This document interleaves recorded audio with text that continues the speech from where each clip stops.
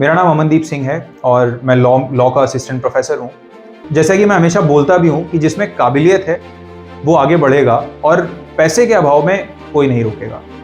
और अगर आपके अंदर काबिलियत है और लगन है कुछ बनने की, कुछ कर दिखाने की, तो इस प्लेटफॉर्म पे बिटोला लीगल पे आपको मैं प्रोवाइड कराऊंगा complete comprehensive lectures judicial services के लिए, जिसमें मैं कवर करूंगा सारे सब्जेक्ट्स जो भी जुडिशियल सर्विसेज एग्जाम्स में पूछे जाते हैं। पहले सारे मेजर सब्जेक्ट्स, उसके बाद जो स्टेट स्पेसिफिक लोकल लॉज होते हैं, वन बाय वन जैसी आपकी रिक्वायरमेंट रहेगी, जैसी आपकी तरफ से रिक्वेस्ट आएगी, मैं वन बाय वन सब कुछ कवर करूंगा। और मैं ये इंश्योर करूंगा कि इस चैनल पे इतना कंटेंट हो और वो सारा कंटेंट फ्री ऑफ कॉस्ट हो और वो हमेशा आपके लिए अवेलेबल रहे कि आप में से कोई भी केवल इस वजह से कि उसके पास किसी बड़े शहर जाने की अपॉर्चुनिटी नहीं है या किसी कोचिंग के फीस देने के लिए पैसे नहीं है, या फिर कोई इंसान जो बड़ी कोचिंग में पढ़ रहा है और उसके पास उसके बावजूद भी राइट गाइडेंस नहीं है, इन सारी चीज़ों के अभाव में आप जज बनने से, अपनी लाइफ में लॉ को अच्छे से समझने से आप रुक ना जाओ। हेलो एवरीवन, आप सबका स्वागत है आपके अपने क्लासरूम बिटोला लीगल में।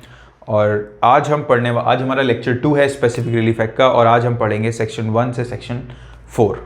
लास्ट लेक्चर में हमने स्पेसिफिक रिलीफ एक्ट का इंट्रोडक्शन देखा था, उसका हिस्टोरिकल बैकग्राउंड देखा था, और स्पेसिफिक रिलीफ एक्ट 1963 कहाँ से इंस्पायर्ड है, उन सब चीज़ों के बारे में हमने डिस्कशन किया था। और लास्ट लेक्चर काफ़ी इंपॉर्टेंट लेक्चर है, तो अगर आप इसी लेक्चर पे आप डायरेक्टली आए हैं तो मैं आपसे रिक्वेस्ट करूंगा कि आप उस लेक्चर पे जाएं, क्योंकि उसमें मैंने कई सारी ऐसी चीज़ें बताई हैं जो एग्जाम में पूछी जाती हैं, जुडिशियल सर्विसेज एग्जाम के प्रीलिम्स में तो अक्सर पूछी जाती हैं। तो किसी भी एक्ट को समझने के लिए ये ऐसा अच्छा नहीं होता कि आप डायरेक्टली जाके पहले सेक्शन से पढ़ना शुरू कर दें। आपको ये समझना होता है कि उस एक्ट का पर्पस क्या है, उस एक्ट का इंटेंट क्या है, उस एक्ट की यूटिलिटी क्या है, उस एक्ट को लेजिस्लेचर क्यों लेके आया, राइट, और उसका बैकग्राउंड क्या है। तो अगर आप इतना समझते हैं किसी भी पर्टिकुलर लॉ के बारे में, तो आपको उस लॉ के प्रोविजंस को पढ़ना और इंटरप्रेट करना आसान हो जाता है, और एज अ जज आपका वही काम रहने वाला है। तो इसीलिए आप डायरेक्टली सेक्शन 1 से मत पढ़िए, आप समझिए इसीलिए किसी भी जो मैं आपको कोई भी सब्जेक्ट पढ़ाता हूँ उसमें मैं हमेशा उसका इंट्रोडक्टरी लेक्चर और हिस्टोरिकल बैकग्राउंड जो है वो प्रॉपर्ली डिस्कस करता हूँ, ताकि आपको उस एक्ट का इंटेंट समझ आए। तो आपके लिए बहुत ज़रूरी है वो लेक्चर्स देखने, राइट। तो आइए आज हम बढ़ते हैं सेक्शन 1 के साथ, पर उससे पहले हम देखेंगे स्पेसिफिक रिलीफ एक्ट का प्रीएम्बल। तो जैसा कि हमने लास्ट क्लास में डिस्कस किया था कि ये फोर्स में कब आया, 1 मार्च 1964 को स्पेसिफिक रिलीफ एक्ट फोर्स में आ गया था। अब किसी भी एक्ट का प्रीएम्बल होता है, आपने कॉन्स्टिट्यूशन के प्रीएम्बल का तो नाम ऑब्वियसली सबने सुना है, इसीलिए इसी तरीके से हर एक्ट में, हर स्टैट्यूट की शुरुआत में उसका प्रीएम्बल दिया होता है। वो उस एक्ट का ऑब्जेक्ट बताता है कि इस एक्ट का पर्पस क्या है, क्यों लाया गया था ये एक्ट, और ये एक्ट कैसा है, इसका नेचर क्या है। तो मैं उम्मीद करता हूं आपके पास आपके बेयर एक्ट्स होंगे जब आप ये लेक्चर देख रहे हैं। तो आप ये देखिए इसका प्रीएम्बल क्या कहता है। It says an act to define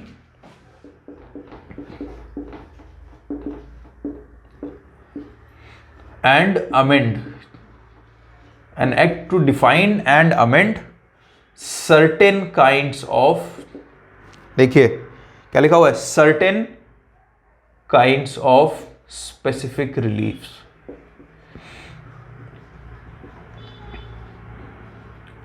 कल मैंने आपको बोला था कि जो स्पेसिफिक रिलीफ एक्ट है वो एग्जॉस्टिव नहीं है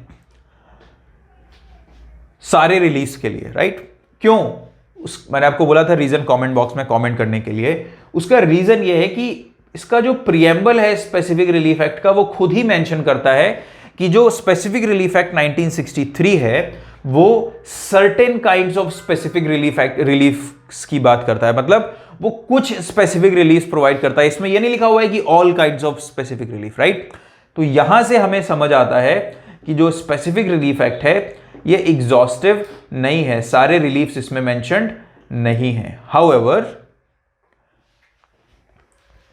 जो भी रिलीफ्स मेंशन्ड है यहां पे, उन रिलीफ्स के रिस्पेक्ट में ये एग्जॉस्टिव है, मतलब जो भी रिलीफ्स यहां पे दिए गए हैं उन रिलीफ्स के मामले में ये एग्जॉस्टिव है। उसके लिए आपको कहीं और देखने की जरूरत नहीं है, राइट। अब कौन से रिलीफ्स ऐसे हैं जो मेंशन नहीं है, जैसे अटैचमेंट आप जाके सीपीसी में करते हो, सीआरपीसी में भी करते हो, राइट। उसके अलावा टेम्परेरी इंजंक्शंस जो हैं केवल मेंशन्ड है पर उससे रिलेटेड जो आपको डिटेल्ड प्रोविजंस मिलते हैं वो कहां मिलते हैं? वो आपको ऑर्डर 39 ऑफ सीपीसी में मिलते हैं। तो इसीलिए ये कहा जा रहा है कि this is not an exhaustive statute as far as specific reliefs are concerned. दूसरा, अब ये कि डिफाइन करता है और अमेंड करने के लिए, अमेंड मतलब पहले जो 1877 का जो लॉ था उसको अमेंड कर दिया, उसमें जो स्पेसिफिक रिलीफ थे, उसमें जो चीजें थी उनको अमेंड करने के लिए है, राइट। तो ये है प्रियम्बल, एंड इसमें जो सबसे इंपॉर्टेंट वर्ड है वो certain kinds of specific relief है। इसमें ज्यादा जोर दिए जाने की जरूरत है क्योंकि यहां से समझ आता है कि जो लॉ है वो एग्जॉस्टिव नहीं है, राइट। यहां पे कहीं कंसोलिडेट कोडिफाई वर्ड भी नहीं है, तो इससे भी आप समझ सकते हैं कि एग्जॉस्टिव नहीं होगा। फिर उसके बाद हम आते हैं पार्ट 1 पे, right. It talks about short title, extent and commencement, जैसा कि हर स्टैट्यूट इस बारे में बात करता है। तो जो पार्ट 1 है स्पेसिफिक रिलीफ एक्ट का, that is from section 1 to section 4। आज हम पार्ट 1 वाइंड अप करेंगे। मैं कोशिश करूंगा इस लेक्चर में कंप्लीटली वाइंड अप कर दूं पार्ट 1 को सेक्शन 1 से सेक्शन 4 के बीच में। तो it says this act may be called as specific relief act 1963। It extends to whole of India except state of Jammu and Kashmir. Hold on, क्या अभी ये जम्मू एंड कश्मीर में एक्सटेंड नहीं करता? बिल्कुल करता है। तो जम्मू एंड कश्मीर का जो रीऑर्गेनाइजेशन एक्ट था, J and K reorganisation act, J and K reorganisation act 2019, जिससे जम्मू एंड कश्मीर को एक यूनियन टेरिटरी बना दिया गया विद लेजिस्लेचर और लद्दाख को उससे काट दिया गया। तो उस जेएंडके रीऑर्गेनाइजेशन एक्ट के थ्रू वो सारे लॉज जो पहले इंडिया में अप्लाई होते थे पर जम्मू एंड कश्मीर में अप्लाई नहीं होते थे, उन लॉज को एक्सटेंड कर दिया गया जम्मू एंड कश्मीर में भी। तो इस एक्ट का अगर आप शेड्यूल 5 देखेंगे, राइट, तो वो उसमें लिस्ट है कि कौन से लॉज एक्सटेंड हो रहे हैं और वहां पे आप ये लिस्ट पाएंगे कि स्पेसिफिक रिलीफ एक्ट जो है जम्मू एंड कश्मीर में भी एक्सटेंड होता है। अब मैंने आपको इसकी एनफोर्समेंट डेट ऑलरेडी बता दी है, 1 मार्च 1964। उसके बाद हम आते हैं इसके इंटरप्रिटेशन क्लॉज में, राइट, जो कि सेक्शन 2 है। सेक्शन 2 में कुछ डेफिनेशंस दी गई हैं जो कि हमारे लिए काफी इंपॉर्टेंट हैं और एग्जाम में पूछी जाती हैं। Section 2 is about definitions. तो 2A किस बारे में बात करता है? सेक्शन 2A सेज, 2A बात करता है ऑब्लिगेशन की। ये डिफाइन करता है कि ऑब्लिगेशन का क्या मतलब होता है। तो ये ऑब्लिगेशन को डिफाइन करने से ज्यादा ये क्या बताता है कि ऑब्लिगेशन में क्या इंक्लूडेड है। तो obligation includes every duty enforceable by law, every duty enforceable by law. तो अब देखिए, ये केवल उन ड्यूटीज की बात कर रहा है जो एनफोर्सेबल हैं बाय लॉ। कई ड्यूटीज होती हैं, हमारी मॉरल ड्यूटीज भी होती हैं। मॉरल ड्यूटी होगी कि अगर कोई इंसान रास्ते में जा रहा है और वो भूखा है या he is in pen, right, वो तकलीफ में है, तो हम जाके उसकी मदद करें, because as a human being ये हमारी मॉरल ड्यूटी है कि हम दूसरे ह्यूमन बीइंग की मदद करें या किसी दूसरे स्पीशी की मदद करें। फॉर दैट मैटर अगर एनिमल्स हैं उनकी भी मदद करनी चाहिए। तो ये हमारी क्या है? मॉरल ड्यूटी है, राइट। किसी की मदद करना मॉरल ड्यूटी है। कोई अगर बड़ा है तो उससे पोलाइटली बात करना, मोस्टली जब तक वो नॉनसेंसिकल बात नहीं कर रहा है तब तक तो ऑब्वियसली, राइट। तो ये हमारी क्या है? मॉरल ड्यूटी है। पर क्या अगर हम ये नहीं करते हैं? मान लीजिए कोई इंसान है जिसको थोड़ी सी चोट लगी और वो सड़क पे बैठा हुआ है और आप जा रहे हो, आप ऑफिस के लिए लेट हो रहे हो या कॉलेज के लिए लेट हो रहे हो और आपका मूड नहीं, आपका दिमाग बहुत ज़्यादा खराब है किसी बात पे, तो आप जा रहे हो और आपने उस इंसान को देखा बट आप गए नहीं उसके पास कि आप उसे डॉक्टर के पास ले जाओ या किसी को बुलाओ उसकी केयर के लिए, आपने उसकी हेल्प नहीं की। तो ये आपकी मॉरल ड्यूटी थी कि आप हेल्प करें, पर आपने नहीं की। तो क्या इसके लिए लॉ आपको पनिश कर सकता है? नहीं कर सकता। तो क्या इसका मतलब क्या है कि मॉरल ड्यूटीज जो हैं, तो ड्यूटीज कितने तरह की हो सकती हैं? लीगल ड्यूटीज हो सकती हैं और मॉरल ड्यूटीज हो सकती हैं। मॉरल ड्यूटीज कौन सी होती हैं? जो सोसाइटी के कुछ नॉर्म्स हैं वो ये बोलते हैं कि भाई आपको ये करना चाहिए, वो हमारी क्या हुई? मॉरल ड्यूटीज हो गई। तो moral duties enforceable by law होती हैं क्या? नहीं, moral duties enforceable by law नहीं होती। अगर आपने किसी की हेल्प नहीं की तो आपको कोर्ट जो है सजा नहीं देगा, आप कोई लॉ वायलेट नहीं कर रहे हो। पर तो इसलिए जो मॉरल ड्यूटीज हैं वो इस डेफिनेशन में इंक्लूडेड नहीं है। इसको बहुत ध्यान से समझना है क्योंकि एग्जाम में ये पूछा जाता है। प्री में जुडिशियल सर्विसेज के इससे 2A से रिलेटेड बहुत सारे क्वेश्चंस आते हैं। तो मॉरल ड्यूटीज नहीं इंक्लूड होती हैं। उसके अलावा कौन सी ड्यूटीज केवल इंक्लूड होती हैं? Every duty enforceable by law, which means कौन सी ड्यूटीज? Legal duties. क्योंकि आपकी जो लीगल ड्यूटीज हैं आपको वो तो फुलफिल करनी है, राइट। मान लीजिए आप डॉक्टर हैं, आप हॉस्पिटल में हैं और आपकी ये जिम्मेदारी, जब डॉक्टर है आप किसी हॉस्पिटल, गवर्नमेंट हॉस्पिटल के इंचार्ज हैं, तो आपकी जिम्मेदारी क्या है कि कोई भी आपके पास आएगा आप उसे ट्रीटमेंट दोगे। तो ये आपकी केवल मॉरल ड्यूटी नहीं, आपकी लीगल ड्यूटी भी है। तो यहाँ पे अब अगर कोई इंसान आपके पास आता है, बीइंग अ डॉक्टर आपकी जिम्मेदारी है कि आप उसकी मदद करो, पर आप नहीं करते हो। आप उसको बोल देते हो कि ठीक है आप उस पर बैठ जाओ चेयर पे और मैं आपको ट्रीटमेंट देता हूँ, और आप सोने चले जाते हो। तो यहाँ पे क्या हुआ? आपने अपनी लीगल ड्यूटी वायलेट की है, राइट। तो क्या इस तरह की ड्यूटीज इसके अंदर आएंगी? बिल्कुल आएंगी। लीगल ड्यूटीज का वायलेशन ऑब्लिगेशन में आएगा, राइट। तो कौन सी ऑब्लिगेशन के अंदर कौन सी ड्यूटीज आती हैं? लीगल ड्यूटीज आती हैं। अब आपको ये याद रखना है, राइट। इसके अलावा एक और एग्जांपल दिया था स्विमिंग पूल वाला, कि एक इंसान है जो लाइफ गार्ड है। अब वो लाइफ गार्ड स्विमिंग पूल के किनारे खड़ा हुआ है। अब उस लाइफ गार्ड की जिम्मेदारी है कि उसकी लीगल ड्यूटी है कि अगर कोई इंसान वहां पे डूब रहा हो तो उसको बचाए। तो अब अगर वो नहीं बचाता है तो ये क्या है? उसने अपनी लीगल ड्यूटी का वायलेशन किया है। तो ये उसकी ऑब्लिगेशन है कि बचाना, राइट।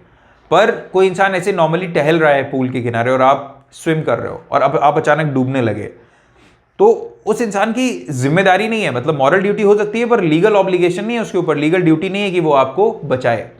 तो वो इस ऑब्लिगेशन के अंडर नहीं आएगा। आई होप आपको सेक्शन 2A कंप्लीटली क्लियर हुआ होगा। Then comes 2B, it talks about settlement. 2B settlement के बारे में बात करता है, और सेटलमेंट का मतलब है इंस्ट्रूमेंट अदर देन विल और कोडिसिल। इंस्ट्रूमेंट अदर देन विल और कोडिसिल, ऐसा इंस्ट्रूमेंट जो विल और कोडिसिल नहीं है। इंस्ट्रूमेंट का मतलब आप समझ सकते हो डॉक्यूमेंट से, सिंपल भाषा में, राइट। तो अब सेटलमेंट किस तरह के हो सकते हैं? सेटलमेंट हो सकता है मैरिज सेटलमेंट हो, राइट, मैरिज सेटलमेंट हो। उसके अलावा फैमिली सेटलमेंट हो, राइट। फैमिली सेटलमेंट क्या होता है? पार्टीशन नहीं होता, पर फैमिली सेटलमेंट में मान लीजिए एक फैमिली है जिसमें 4 बेटे हैं और फादर है, उनका काफ़ी बड़ा बिजनेस है, तो उनके बीच में टकराव हो रहा है। तो फादर ने क्या बोला कि ठीक है ये वाला बिजनेस आप संभालो, ये वाला बिजनेस आप संभालो। ये क्या हुआ? एक तरह का ये फैमिली सेटलमेंट हो गया। तो आपको ये याद रखना है कि सेटलमेंट का मतलब है इंस्ट्रूमेंट, बट वो इंस्ट्रूमेंट विल और कोडिसिल को इंक्लूड नहीं करते।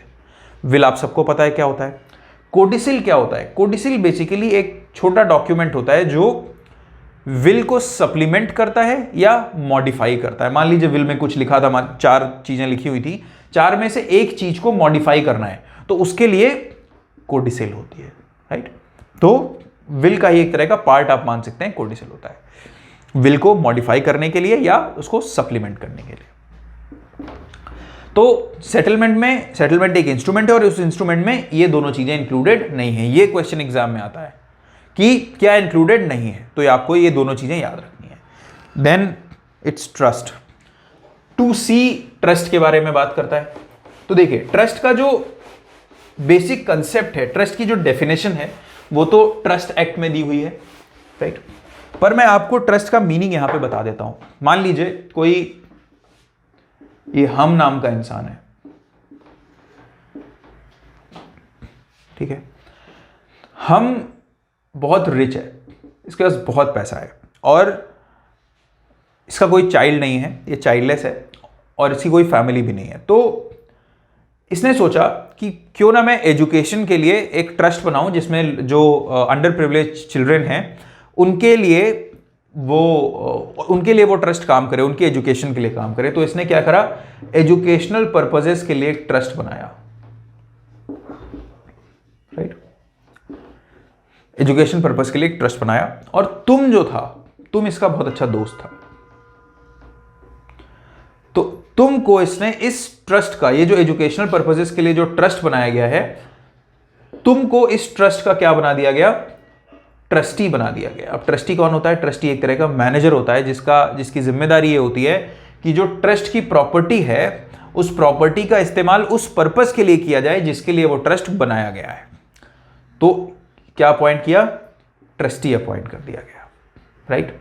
तो ट्रस्ट बेसिकली इस तरीके से काम करता है। अब इस ट्रस्ट के जो बेनिफिशियरीज हैं वो कौन होंगे, अंडर प्रिविलेज्ड चिल्ड्रन होंगे, जिनके एजुकेशन के लिए जो ये ट्रस्ट है वो बनाया गया है, राइट। तो ट्रस्टी जो इसको मैनेज करता है और बेनिफिशियरी जिसको इस ट्रस्ट का लाभ मिलने वाला है, राइट।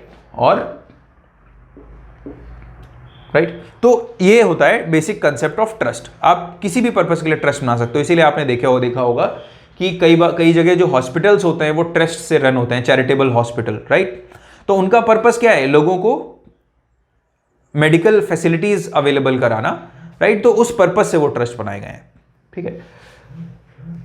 उसके बाद अगली जो डी है उसके बारे में, जो 2D है वो बात करता है trustee. Trustee includes every person holding property in trust. तो आप देख लीजिए, ये ट्रस्टी जो है, इस ट्रस्टी एक से ज्यादा हो सकते हैं। मान लीजिए 100 ट्रस्टीज हैं किसी ट्रस्ट के, राइट। तो उन सबके पास अधिकार है उस ट्रस्ट के डिसीजंस लेने का, राइट। उस ट्रस्ट को वो एजुकेशनल पर्पजेस के लिए जिस भी पर्पस के लिए बनाया गया उसमें वो अप्लाई किया जा रहा है या नहीं, उसको देखने का। फिर ई इंपॉर्टेंट है, ट्रस्ट और ट्रस्टी से उतना ज्यादा नहीं पूछा जाता, प्री में मैंने बहुत ज्यादा क्वेश्चंस नहीं देखे हैं, पर ए और बी से काफी पूछा जाता है, एंड देन ई से काफी आता है, राइट। तो it says all other words and expressions used herein but not defined and defined in the Indian contract act 1872 have the meanings respectively assigned to them in that act. मतलब 2E ये बोलता है कि जो भी चीजें Indian contract act में define की गई हैं और स्पेसिफिक रिलीफ एक्ट में डिफाइन नहीं की गई हैं, पर उनका जिक्र स्पेसिफिक रिलीफ एक्ट में किया गया है, तो उनकी जो डेफिनेशंस हैं, उनका जो मीनिंग है, कहां से लिया जाएगा, जो भी इंडियन कॉन्ट्रैक्ट एक्ट में डेफिनेशन है उसके हिसाब से लिया जाएगा। मतलब स्पेसिफिक रिलीफ एक्ट का जो डेफिनेशन क्लॉज है वो अगर जिन चीजों को डिफाइन नहीं करता है और उनकी डेफिनेशन इंडियन कॉन्ट्रैक्ट एक्ट में है और स्पेसिफिक रिलीफ एक्ट में वो चीजें यूज हुई हैं, तो हम उनकी कौन सी डेफिनेशन मानेंगे, हम ऐसा मानेंगे जो इंडियन कॉन्ट्रैक्ट एक्ट में जो डेफिनेशन दी गई है, हम वही मीनिंग समझेंगे स्पेसिफिक रिलीफ एक्ट में भी, राइट। तो बहुत इंपॉर्टेंट प्रोविजन है इस चीज को, इस कंसेप्ट को हम बोलते हैं पेरीमेटीरिया। पेरीमेटीरिया का मतलब होता है, अब आप लोग जैसे अगर मूट करने जाते होंगे या मूट आपने किए होंगे, तो वहां पे मूट का जो प्रोपोजिशन होता है उसमें नीचे लिखा होता है कि लॉज ऑफ जो भी इमेजिनरी कंट्री है, मान लीजिए laws of XYZ country are pari materia to the laws of India. मतलब XYZ कंट्री के जो लॉज हैं वो इंडियन लॉज के जैसे ही हैं, मतलब सेम है जैसे इंडियन लॉज है। तो उसी तरीके से यहां पे ये जो 2E है ये पेरीमेटीरिया के बारे में बात करता है कि जो मीनिंग है स्पेसिफिक रिलीफ एक्ट में, राइट, वो क्या है, वो पेरीमेटीरिया है to Indian contract act, right. ये क्वेश्चन पेरीमेटीरिया करके अक्सर पूछा जाता है एग्जाम में, इसीलिए मैंने स्पेसिफिकली यहां पे मेंशन किया है ताकि आपको याद रहे कि जब प्रीलिम्स में एक क्वेश्चन आए तो आपको कोई प्रॉब्लम ना हो। इसके साथ हम आगे आते हैं सेक्शन 3 सेविंग्स क्लॉज है।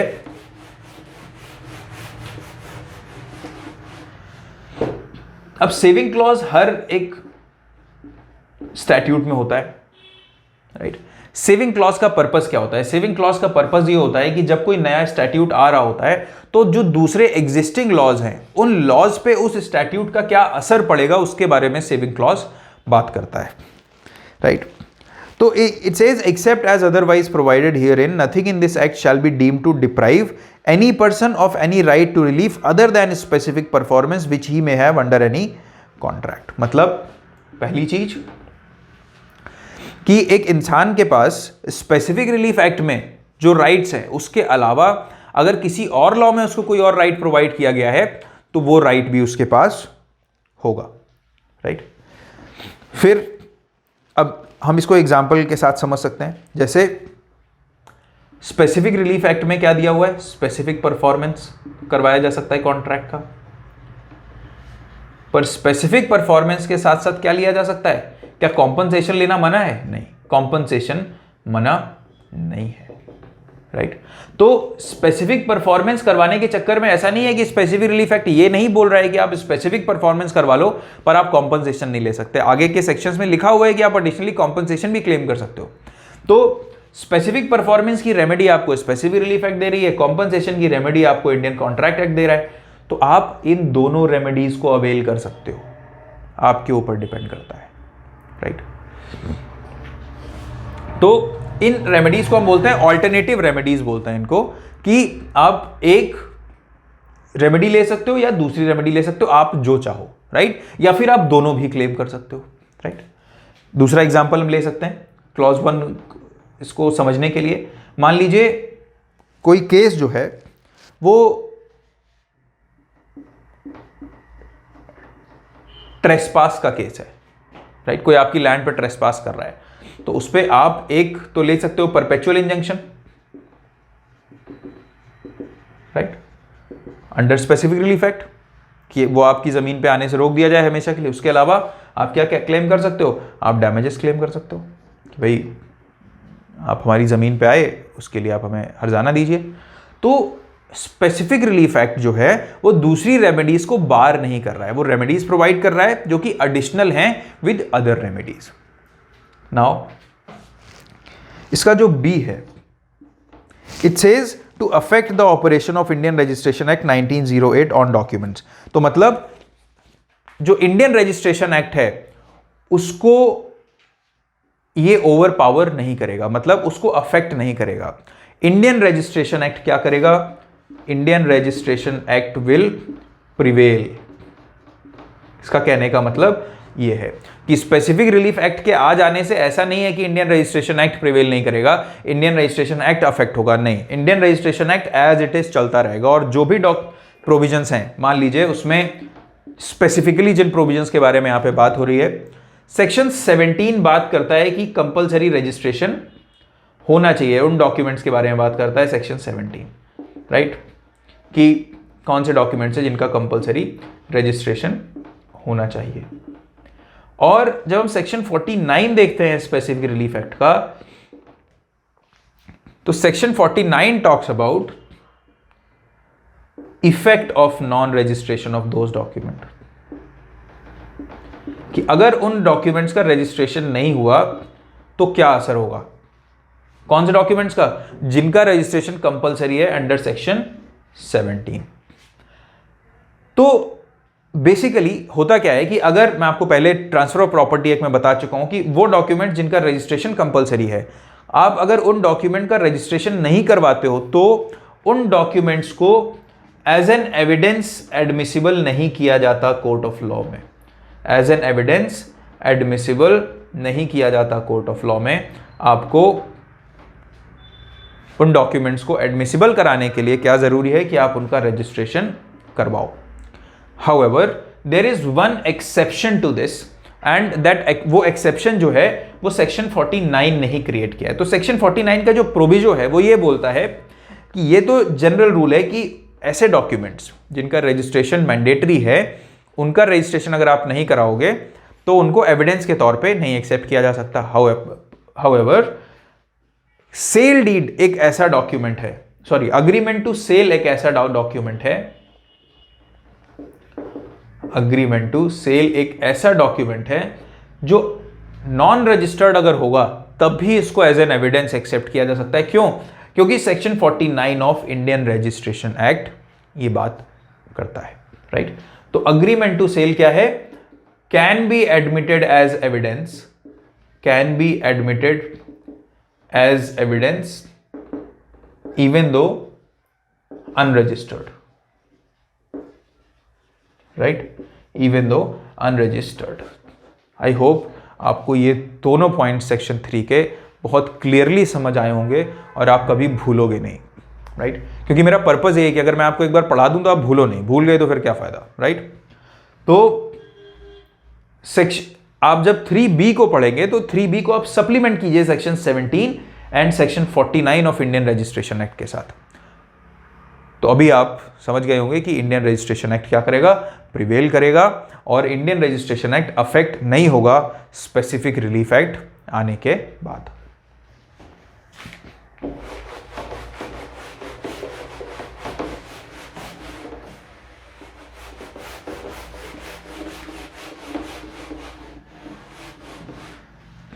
अब हम आते हैं सेक्शन 4 के ऊपर। ये अभी तक मैंने आपको जो पढ़ा है ये प्री के लिए बहुत इंपॉर्टेंट क्वेश्चंस हैं, ये बहुत इंपॉर्टेंट कंसेप्ट्स हैं प्री के लिए, और बहुत सारे क्वेश्चंस आते हैं यहां से, राइट? तो बहुत ध्यान से पढ़िएगा। अपने शॉर्ट नोट्स भी आप बना सकते हैं, वन लाइनर्स, राइट? ताकि प्री के लिए आपको हेल्प हो। अपने बेयर एक्ट्स में लिख सकते हैं, देखिए मेरा बेयर एक्ट, ये है मेरा बेयर एक्ट, मैं इस तरीके से पूरी ड्राइंग कर देता हूँ इसमें, तो बहुत आसान होता है रिवाइज करना। कभी भी आप बेयर एक्ट उठाओ, आपको क्लियर हो जाएगा कि कहाँ पे क्या इंटरप्रिटेशन है। अब सेक्शन 4 क्या बोलता है, बहुत इंपॉर्टेंट है, अक्सर एग्जाम में पूछा जाता है। It says specific relief to be granted only for enforcing individual civil rights and not for enforcing penal laws. तो स्पेसिफिक रिलीफ एक्ट किस पे एप्लीकेबल है, किसके लिए है? केवल सिविल लॉज पे एप्लीकेबल है, केवल सिविल राइट्स के लिए एप्लीकेबल है। एसआरए जो है वो क्रिमिनल लॉ पे एप्लीकेबल नहीं है, सिविल लॉ पे एप्लीकेबल है और क्रिमिनल लॉ पे एप्लीकेबल नहीं है, राइट? जो सिविल राइट्स है केवल उनको एनफोर्स करने के लिए स्पेसिफिक रिलीफ एक्ट का इस्तेमाल किया जा सकता है। पर अब क्वेश्चन ये आता है कि देखिए क्या लिखा हुआ है, specific relief can be granted only for the purposes of enforcing individual civil rights and not for the mere purpose of enforcing a penal law. Mere purpose of enforcing a penal law, इसका मतलब क्या है? देखिए इसका मतलब यह है कि डिफेमेशन हो गया सपोज, तो डिफेमेशन अपन सब जानते हैं कि ये सिविल भी होता है और क्रिमिनल भी होता है। तो अब क्या यहां पे स्पेसिफिक रिलीफ एक्ट का एप्लीकेशन बार्ड हो जाएगा? क्यों? क्योंकि डिफेमेशन क्रिमिनल भी है नेचर में? नहीं, ऐसा नहीं होगा। सिविल नेचर अगर है, सिविल डिफेमेशन के लिए आप सूट फाइल कर रहे हो, वहां पे एसआरए जो है वो एप्लीकेबल रहेगा, राइट?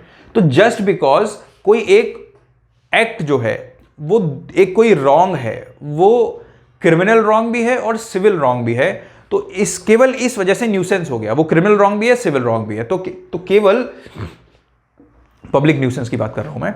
तो वो अगर क्रिमिनल रॉन्ग भी है और सिविल रॉन्ग भी है, तो ऐसा नहीं है कि उस केस में स्पेसिफिक रिलीफ एक्ट अप्लाई नहीं किया जा सकता, बिल्कुल अप्लाई किया जा सकता है, राइट? मान लीजिए न्यूसेंस है, पब्लिक न्यूसेंस है, तो उसके केस में क्या होगा? उसके केस में आप परपेचुअल इंजंक्शन भी तो ले सकते हो, परपेचुअल इंजंक्शन भी लिया जा सकता है, राइट? तो हमें क्या याद रखना है? हमें ये याद रखना है कि जो सेक्शन 4 है स्पेसिफिक रिलीफ एक्ट का, वो ये क्लियर करता है कि स्पेसिफिक रिलीफ एक्ट केवल सिविल लॉज को या सिविल राइट्स को एनफोर्स करने के लिए अप्लाई किया जा सकता है, क्रिमिनल लॉ के लिए अप्लाई नहीं होता। हाउएवर, और जस्ट बिकॉज कोई एक रॉन्ग दोनों कैटेगरीज में फॉल करता है, सिविल और क्रिमिनल की, तो केवल उस वजह से स्पेसिफिक रिलीफ एक्ट ऐसा नहीं है कि उस पर अप्लाई नहीं होगा। तो ये था हमारा सेक्शन 4 तक, part 1 of specific relief act. मैं उम्मीद करता हूं कि आपको आज का लेक्चर बहुत अच्छे से समझ आया होगा, और मैं आपसे अपील करूंगा कि यहाँ से बहुत सारे क्वेश्चंस आते हैं जो पार्ट आज मैंने कवर किया है, इसको आप लगातार देखिए, समझिए, और अगर कोई डाउट हो तो मुझसे मेरे व्हाट्सएप पे, मेरे टेलीग्राम पे, इंस्टा पे पूछिए, राइट? तो पढ़ते रहिए, बढ़ते रहिए और जुड़े रहिए। Thank you.